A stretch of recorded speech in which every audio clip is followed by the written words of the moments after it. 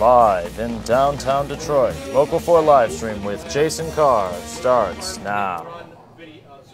Oh, are we back? Are we We're back from back. vacation? Am I back from vacation? Because Steckroth, you didn't go anywhere, right? I took Oh, yeah, that's Friday right, off. you did. I took a whole Friday off. It was good. What did you do with that? I went out to New York. I've got a buddy who's working for PwC. He's living in Tarrytown, so spent the weekend with him. Had a nice meal. Went to the art museum. It's a nice weekend. Do you roll the vacation photos? Do you have anything close to the sort of food? Well, you've got that first. This was my Old English D road hat, I might add, down on the beach in Malibu as the waves rolled in. Do you have it full? I don't have that one full, but Okay. we've got the Well, foods. All these ones are there you see a gourmet food truck burger that I got from the Allegria food truck that was in Malibu, parked at this winery that we went to. It was a very cool outdoor setting and whatnot, but I didn't just have burgers on vacation, I promise. I also had tacos. Yep. This sashimi was off the hook, as were other burgers. That's In-N-Out Burger I haven't been. with animal-style fries. Animal-style fries. Yes, that's grilled onions and cheese, melted cheese, on top of the hand-cut French fries to go along with the double-double at In-N-Out Burger. So, yeah, that was the umame burger with the portobello mushroom. There's the sashimi. Yeah. My wife and I split the first one, and then I had two more myself before the burger even showed up with the lobster mac and cheese. So I had quite the food tour. That was a breakfast sandwich that I had on Sunday morning. There's the lobster mac and cheese from Christie's at the beach in Malibu. Well, other than the eat, bacon. what'd you do there? Is it any wonder why I'm like, one more day? Can I just, I mean, come back to the Lions losing, the Spartans losing, the Tigers losing. It's a tough weekend. It Not was for a tough Western weekend. Michigan, though. Wolverine Slappy Chuck doesn't say a word until I get to that point, and all of a sudden, Michigan won. Of course. Anyway, we're going to talk about vacation food coming up here in a few minutes on Live in the D with myself and Tati. Chuck is off today. We'll be holding down the fort. Ford. Oh, Actually, no, let's go to Facebook. Okay, let's go let's to talk Facebook Facebook. first. What do you know about Marketplace, John? This launched yesterday. I had not heard about this at all. This is brand new. Really cool idea. I guess they're going to be stepping on eBay's turf and Craigslist. Yeah, but the idea is you can put anything you have for sale.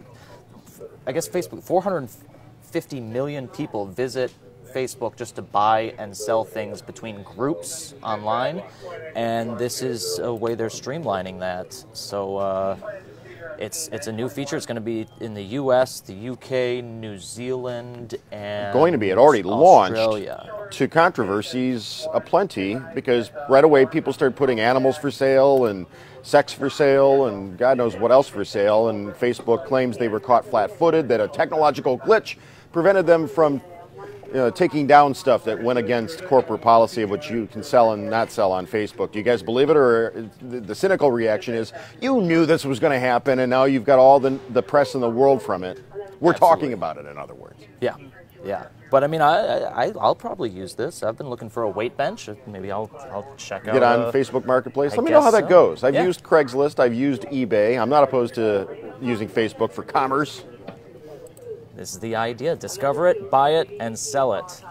Speaking of which, what if you had a classic Ford Bronco? You'd give a thumbs up to that, wouldn't you? Because, I mean, the whole late 60s, This is the oh my gosh. 1967. I mean, it's awesome. I mean, I just got back from California. Did I see these? Yes, I saw these. And a whole ton of Mustangs. Oh, yeah. mean, every third car I saw in Los Angeles out to Santa Monica and Malibu was a new model Mustang or convertible Mustang. I almost tweeted back to you when you posted that because all I saw were Teslas out in New York. Oh, Teslas were, they were all the rage out there as well, but I could not. 1978. Yeah. This came out when I was like 8 or 9 years old, and there were little toys that were battery powered called Stomper 4x4s, and they ran on a single double A battery. And when Stompers came out, this was one of the Stompers that you could get, and I was all about this particular Bronco, as well as the one that you showed before, the 67 or the 68. Yeah. Just, what else do you have? Come on. Well, these are the new ones. This is what we got coming up. Now, what I saw was that this was auto blog, like possibly a cut and paste kind of thing, like not necessarily representative of what they're going to build. Yeah. It's basically an imagining of what could be. But it does look very cool. Land Rover Defender-esque. Yeah, it looks much more like a crossover than it does a pickup truck. The only other vehicles that look like this that I can think of are classic Broncos, Land Rover Defenders, and the Toyota 4Runner, the Toyota 4Runner with the squared off fenders, the one that came out, I think, 4 years ago, that body style. But that white one's pretty sharp, that Bronco. I'd be looking into that for sure. Talking crime and punishment now. Edie Sims, 102 years old. She's from Missouri, taken into police custody as officers helped her fulfill an unusual bucket list wish, getting arrested. Yep. She'd been active in the community. She volunteers and does donated goods and that sort of thing. And she was asked what she wanted to do, and she said, "I want to go for a ride in the cruiser. Would it be possible if I could be cuffed?" They cuffed her. I wonder if she was charged with anything. That would be the. I mean, I was looking for booking photos and couldn't find any. Charged with being adorbs. Totes my goats. The 102-year-old grandmother taken to jail. Wonder Woman is timeless. Can we agree that Linda Carter is the bomb? The bomb diggity, bomb.com. That's the image I found. Speaking of being 8 or 9 years old, and I was going to say lusting after that Bronco, but I suppose Linda Carter would qualify as well. How you doing? Do we have this full, or you just have the raincoat? No, just the sidekick, and then I got a comic book one. So the Wonder Woman stole that most recent superhero movie, that DC flick. I didn't see it. Yeah? That's what I'm told. I haven't seen it either, but Gal Gadot as Wonder Woman, I guess, really walked away with the movie. But anyway, you too could be Wonder Woman on Halloween if it rains, because there's usually a chance of rain. Hey, Colthorpe, on Halloween in Michigan, so you could have the Wonder Woman rain slicker. Look at that. Well. Yeah, no, maybe so. It's not sleeveless, so it's not quite the right. I don't know. It's okay. See, if you had Daniel Radcliffe's money, what a segue that was. You could buy all the Wonder Woman gear your heart desired, but once you've played Harry Potter, I suppose the whole genre, fantasy, superhero thing probably doesn't have as much allure. But according to a story, he's worth something like $50, $60, $70 million, and he just uses it as like money under the mattress to pursue whatever his creative bent is at the moment. He doesn't feel pressured to anchor what he called, I think, crap movies, or just keep churning out domestic, grist for the mill, tentpole movies and that sort of thing. He's had some odd career choices thus far. Some of his roles, smaller roles, off the grid, I shouldn't say off the grid, but off the beaten path, definitely not commercial. But he says all that money, he doesn't spend it. It just sits there as sort of a buffer for him to be able to pursue whatever he wants. No, it's got to be nice. Oh, we have a showdown looming. We have Sonny sitting in Steve Garagiola's. Yeah, showdown now, man. Is it on? No. Steve Garagiola just rolled in and said, "No, go ahead and sit there. I'm going to go get a flu shot." The architect of chill. There he goes. Good to see you, Steve. The bear attack. Bear attack. This is Panda Watch. Bear attack. It will literally rip your face off. And in this case, this guy was attacked not once but twice. Now, I only grabbed one photo because these Yes, really were photos. really graphic. I just grabbed the one with like some of the arm injuries because his whole side of the face was torn up. Just a really hard images to watch. If you want to see them, they're all over the internet. Todd Orr, an outdoor enthusiast from Montana. This was on Facebook. He had some very funny, well, I shouldn't say funny, but what would you say? Amusing, sort of self-deprecating humor, kind of like it sucks to be in bear country kind of thing. Mm-hmm. I mean, if you were attacked not once but twice, and you literally had to play dead in order to not be dead, would you still have your wits about you? Would you? And then he drove himself to the hospital. He drove himself to the hospital, Yeah. alerted them that he was coming, and if you've seen the graphic photos, I mean, the lacerations, he's going to have scars. He was bleeding profusely, and yet he lived to tell the tale. Yeah, it's really hard pictures to look at, honestly. So the Red Wings, this photo is made it across the internet, and I'm pretty sure that we were the first ones to post it.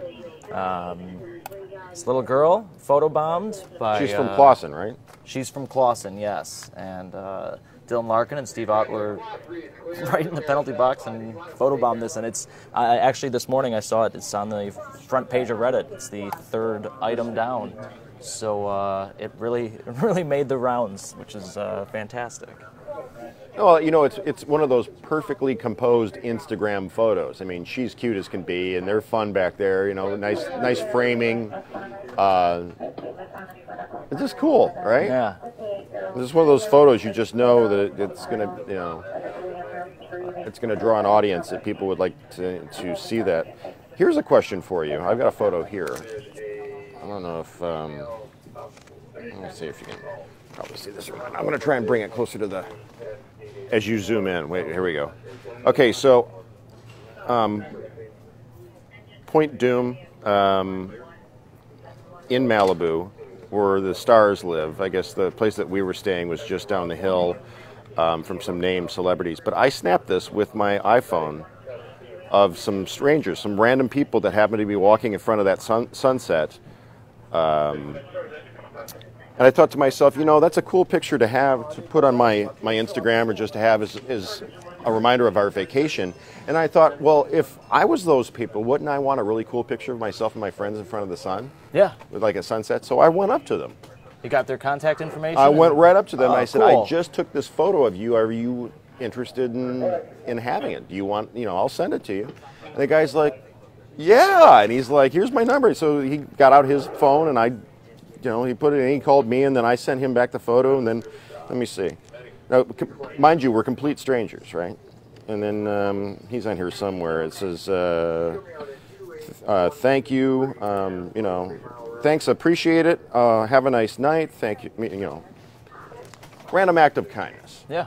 Would that, I mean, if you were walking with your friends along the beach, and you happen to be passing in front of a setting sun, and then some random middle-aged dude came running up to you and was like, hey, I got this sweet photo of you on my phone. Do you want it? Would you think that was odd, or would you think it was cool? I mean, the first thought I'd have was, how much do you want for the photo? But no, I don't think it's that odd. You're in a public place. You don't have the right to privacy to not have your photo taken. And if someone's offering to give it to you, that's photographers are expensive. Well, they were most appreciative. And if I do say so myself, it is a very tightly composed and artistic picture.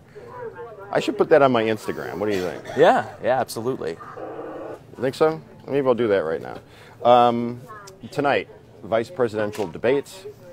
In some quarters, it's seen as sort of a moot point because no matter what gets said or points landed or points scored, jabs landed, that sort of thing, it's not going to really make much of a difference at this point because if you believe the pundits and the pollsters, if you're for one team, you're for that team, and if you're for the other team, you're the other team, and nothing that either of these gentlemen has to say is going to make much of a difference. But that being said, you never know. You could have one of those Lloyd Benson, Dan Quayle type moments where, you know, Lloyd Benson famously said, "You, sir, are no Jack Kennedy." So who knows? Tune in, 9 o'clock, Local 4. We'll be watching that and comment on it so we can read your comments, and also put what the candidates have to say to the truth test, fact check what they utter tonight, and then have that for you tomorrow morning on Local 4 News Today. So stay tuned. At Jason Carr TV on my Instagram, I'll put that sunset photo for you. For all you discerning artistic photo enthusiasts with a penchant for Southern California beach culture, be sure to check that out. We'll see you at top of the hour, 10 o'clock, live in the D with myself and Tati. Chuck off today, so we are holding down the canopy. All right, stay classy, Detroit.